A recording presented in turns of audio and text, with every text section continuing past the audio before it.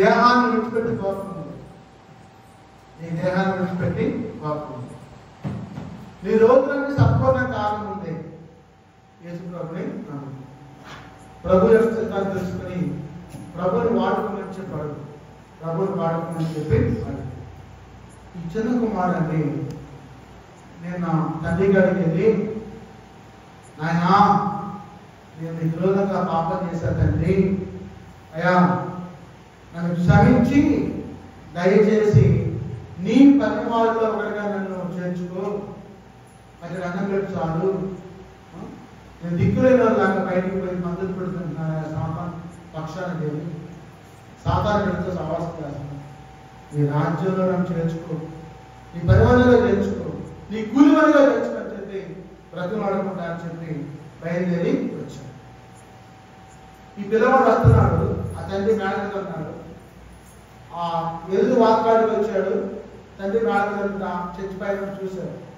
చూసి వీడు మా చిన్నోళ్ళలాగా నడక వ్యవహారం గడ్డమైతే మాసింది, బట్టలు అయితే నల్లని మాసింది, కానీ నడక వ్యవహారం మొత్తం మావాడే అని కనిపెట్టాడు.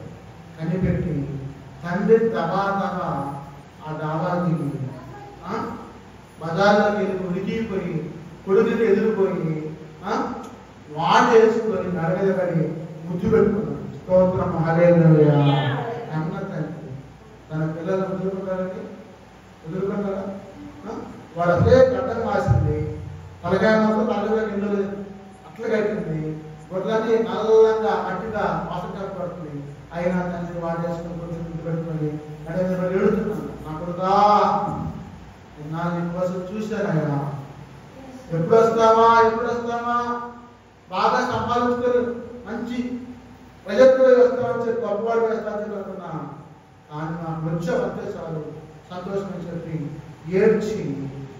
ఏడ్చి తన కుమారుని మెడగా ముద్దు పెట్టుకొని అప్పుడు కుమారుడు అంటున్నాడు తండ్రి నేను పరలోకమునకు విరుద్ధమైన పాపం చేశాను, ఇక మీదట నీ కుమారుని అందించుకోవద్దు యోగ్యుని నా తండ్రి, ఈ పరలోక రాజ్యం నేను విరోధంగా పాపం చేశాను, ఇక మీదట నేను కుమారుని అందించుకోను, ఈ దాసును అందించుకుంటానని చెప్పి మాట్లాడితే అప్పుడు ఆ తండ్రి అండి ఆ పిల్లవాడికి సవరం చేయించి గర్భం చేయించి తలకాయ స్నానం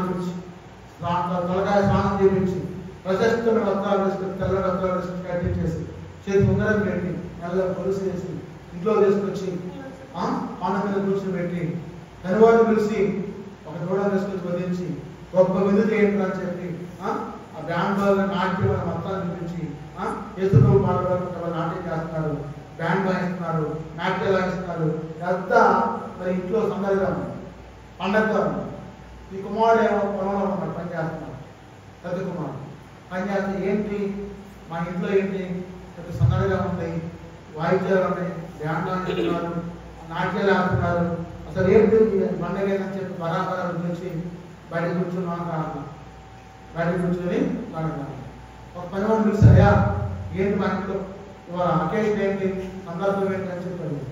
అడిగితే అయ్యా బాబు మీ తమ్ముడు తప్పిపోయి వచ్చాడయ్యా, అందుకు మీ నాన్న సంతోషపడి విందు ఏర్పాటు చేసి తొలగించి చోదించి నాట్యాలతో సంబరాలతో మరి పెద్ద పండుగ చేస్తున్నాడు, నువ్వు మానవ పోయి స్నానం చేసి బట్ట మార్చుకుంటా భోజేద్దాం అని చెప్పి వాళ్ళు ఈ కుర్రాడని ఆ మాట విన్నాడు.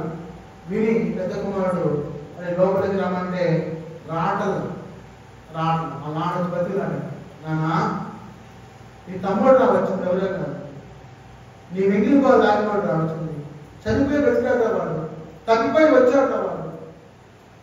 వచ్చాడు వాడు రాయన అని చెప్పి మరి కుమారుడిని ప్రతిలాడితే అతడు అన్నాడు తండ్రితోటి, ఇదిగో ఈ నేల నుంచి నేను నిన్ను సేవిస్తున్నా కదా, నీ ఆజ్ఞలు పాటిస్తున్నా కదా, ఎప్పుడు మేలే కదా, నా స్నేహితులతో కలిసి ఒక మేకపోతుంది కానీ ఒక గొర్రె పిల్లలు కానీ ఇచ్చావా ఇందుకోసం, ఒక్కరోజైనా ఏప్పుడు అగ్గట్టు పొలంలో ఇత్తనాలయ్యి పంట పండించు పొలంలో అని చెబుతే కానీ నాన్న ఈరోజు ఇంటికాలంటే కాస్త విందు చేసుకురా పండుగ చేసుకుని చెప్పివా, మరి వాడు తప్పిపోయి నీ ఆస్తి మొత్తం తగలబెట్టేసి ఆగం చేసి వేసలు పెట్టి దుర్వ్యాపారం చేసి వస్తే వాడిని తగ్గుతున్నామా అని వాడికి సవరణ చేయించి క్రామించి తలగబోపించి స్నానం చేయించి ప్రశస్తుల తలవస్త్రాలు కట్టి నొగరం పెట్టి గొలుసేసి ముద్దు పెట్టుకొని వాటితో కూర్చొని నువ్వు ఇందులో పంపించుకొని నాట్యాలు ఆడిస్తున్నావు,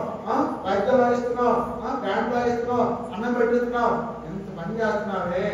ఒక్క రోజైనా నాకు కనీసం ఒక ముద్ద పెట్టుకువా ఆహారాన్ని, మంచి ఆహారం చేసుకుని ఆయన చెప్పుగా గొర్రెబిడ్డలు ఇచ్చువా, మేకబిడ్డలు ఇచ్చువా చెప్పు నాన్న చెప్పండి. వాళ్ళ నాన్న అంటాడు నీ ఆస్తిని వేసి సాంగత్రియులు అని చెప్పి వెళ్తాను అంటే ఆ మాట తర్వాత నా కుమారుడా నీవు ఎల్లప్పుడూ నాతో కూడా ఉన్నావు, నా సన్నిధిలో ఉన్నావు, నా సన్నిధిలో నాతోడే ఉన్నావు. ఈ రాజ్యం మొత్తం నీదే, ఈ సంపద మొత్తం నీదే, ఈ ఆస్తి మొత్తం నీదే ఎవరు కాదన్నాడు.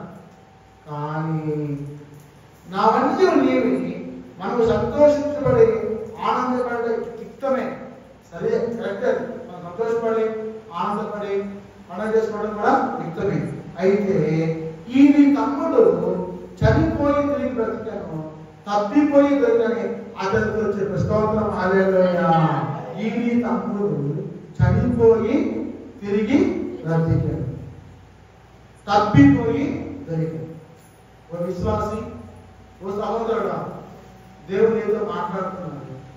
ఒకవేళ నువ్వు రక్షణ పొంది మారు మనసు పొంది తప్పిపోయావు, ఒకవేళ నువ్వు దేవునితో సాంగత్యం చేసి ఏం ప్రార్థన ఏం బతికట్ట మా అప్పులు చెప్తలేదు అని ఈ ప్రార్థనలో డబ్బులు ఇస్తారని చెప్పొస్తే ఈ డబ్బులు ఇట్లా దేవుడు అని చెప్పి అనుకుంటున్నా. జాగ్రత్త, దేవుడు నీతో మాట్లాడుతున్నారు వాక్యం వల్ల.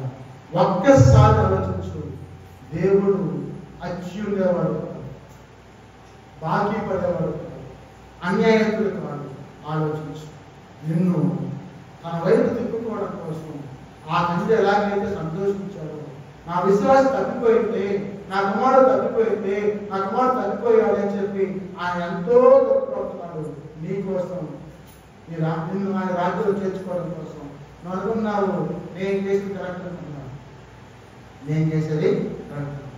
పిల్లి కళ్ళు మూసుకొని పాలు తాగితే చూడకుండా ఎవరుంటారండి?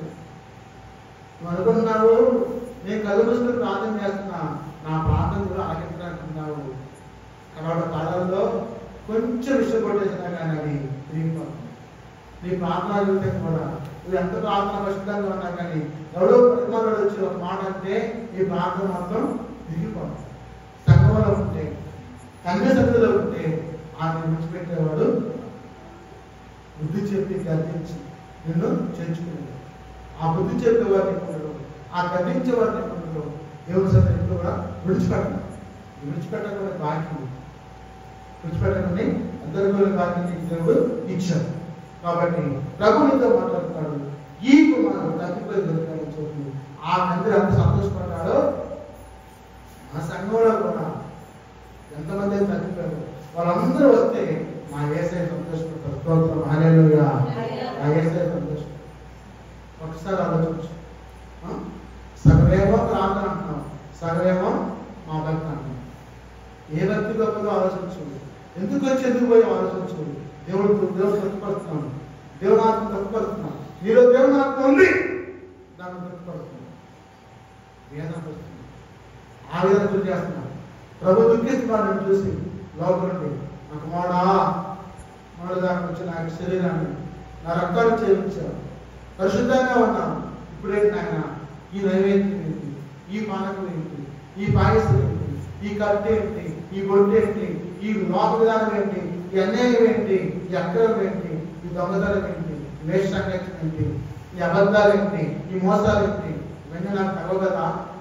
కానీ చేస్తున్నాను, తెలిసి కూడా చేస్తున్నాను, చేయకుండా తెలిసి కూడా చేస్తున్నాను.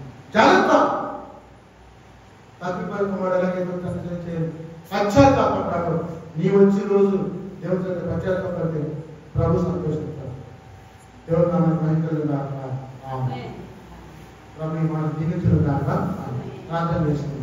పరిశుద్ధాత్మ వేసిన తప్పిపోయిన కుమారుడు తిరిగి అలాగే తిరిగి వచ్చారు.